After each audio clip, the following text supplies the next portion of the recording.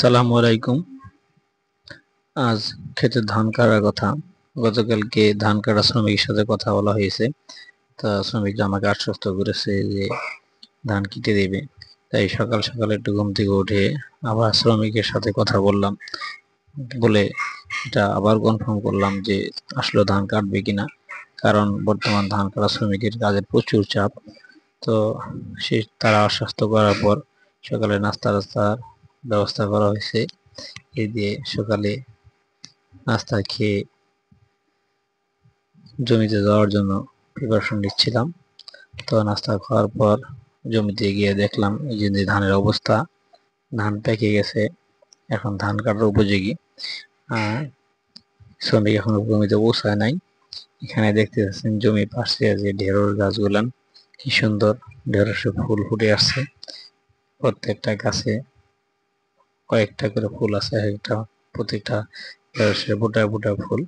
ইতিমধ্যে ধান কাটা শ্রমিক ধান খেতে এসে কাজ শুরু করে দিয়েছে।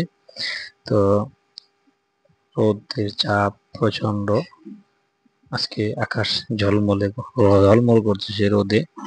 তো এই রোদের মধ্যে এখন পরে আম পাড়ার ব্যবস্থা করলাম। তো মনে ভাবলাম যে এই রোদের মধ্যে হালকা টক খেলে খারাপ হয় না, তাই আমের ভর্তা আম পাড়লাম। এরপরে ধান কাটা শেষে ধানগুলা এনে বোমা মেশিন বা ধান ছোড়া মেশিন দিয়ে থেকে ধানগুলো মারিয়ে নিয়ে আসি। তো এ ফাঁকে আবার আপনাদের এই ঢেঁড়স গাছগুলো দেখাচ্ছি। ঢেঁড়স গাছগুলা প্রত্যেকটা গাছে ঢেঁড়সের মুকুল বা কলি যা বলি সেটা আসছে খুব সুন্দরভাবে। তো এই ঢেঁড়সগুলা যদি ঠিকঠাক মতো বড় হয় তাহলে অনেকটাই ফিডব্যাক পাওয়া যাবে। তো ধান আমি বন্ধুরা আগেই বলেছিলাম যে জমিটা আজকে ধান কাটলাম, সেই জমিটা এর আগে একটা ভিডিওতে আপনাদেরকে দেখানো হয়েছিল যে জমিতে ব্লাড বা পচন ধরে ধানের অবস্থা একেবারে নগণ্য হয়ে গেছে। যে এতটাই খারাপ ছিল যে এই জমিতে ধানের পরিমাণ শতকরা 90% উপরেই নষ্ট হয়ে গেছে। তো সব মিলে ধানটা মাড়াই করার পর যেটুকু ধান আছে সেটুকু বাড়িতে নিয়ে আসছি। আসলে জমির যে অবস্থা ছিল তাতে ধান যে কাটার শ্রমিকের যে মজুরি, সেই মজুরির টাকা উঠবে না। তো এক পর্যায়ে একবার মনে হয়েছিল যে ধানটা কেটে না নিয়ে বাড়িতে জমি দিয়ে রেখে দিই, ওভাবে আবার নতুন করে চাষ করে ব্যবস্থা করি।